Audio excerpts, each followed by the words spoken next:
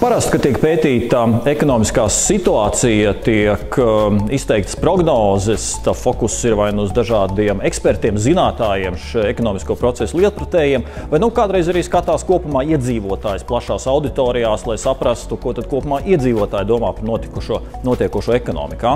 Bet šis pats svaigi veiktais pētījums ir interesants. Man šķiet, ka viņš ir nebijis, ka Latvijā šādā tvērumā iepriekš nekas nav darīts, kad fokus ir uzstādīts tieši uz jauniešiem.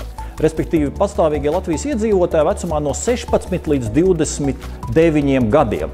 Respektīvi, kā notiekošo ekonomikā, ko saistībā ar savām spējām, prasmēm un dziļāk arī ar savu finansiālo situāciju un gatavību kaut ko darīt, kaut ko mainīt šie gados jaunie, ko viņi gatavi darīt.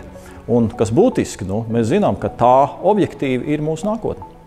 Ja mēs skatāmies jauniešu aptaujas datus par to, kā jaunieši skata dažādas tā saucamos konfidences rādītājus par ekonomiskajām norisēm valstī, prognozēm, vienlaicīgi, ko viņi domā par darba tirgu, ko viņi domā par savām izredzēm, un kas varbūt vēl svarīgāk, paši par savu esošo finansiālo stāvokli un potenciālajām finansiālajām iespējām, tad es teikšu, šie aptaujas dati ir, vismaz no manas skatu punkta, ļoti interesanti. No vienas puses nav pārsteigums, ka tie konfidences rādītāji diez cik gaiši neizskatās. Ja skatāmies, ko jaunieši domā par to, kā viņi kopumā vērtē, kas Latvijas ekonomika varētu notikt pēc 12 mēnešiem, redzam ļoti liels pesimisms.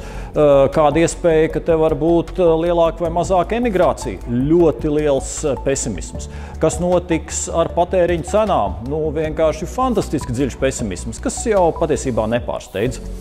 Ja skatās mazliet tādā vidējā termiņā un jautā nevis par gadu, bet par kas varētu būt pēc nākošiem 5 gadiem, tad mēs redzam, ka parādās optimisms, bet kopā ar pesimistiem tur apmēram ir pusi uz pusi. Citiem vārdiem arī par vidēju termiņu perspektīvu nevar teikt, ka jaunieši viņu redzētu ļoti optimistiski. Bet tajā pašā laikā vai pieaugs bezdarbs? Jā, pieaugs bezdarbs, bet vai jums varētu būt kaut kādas grūtības, problēmas ar darbu? Nē, vai darba algas varētu pieaugt? Nē, skaidrs, ka darba algas pieaugs. Viņas šķiet visu laiku pieaugušas un viņas turpinās pieaugt. Un šajā kontekstā savu pašreizējo finansiālo situāciju, lai cik nebūtu interesanti, lielākā daļa jauniešu novērtē vairāk vai mazāk pozitīvi. Un par savu personīgo finansiālo nākotni izskatās, ka viņi ir diezgan droši.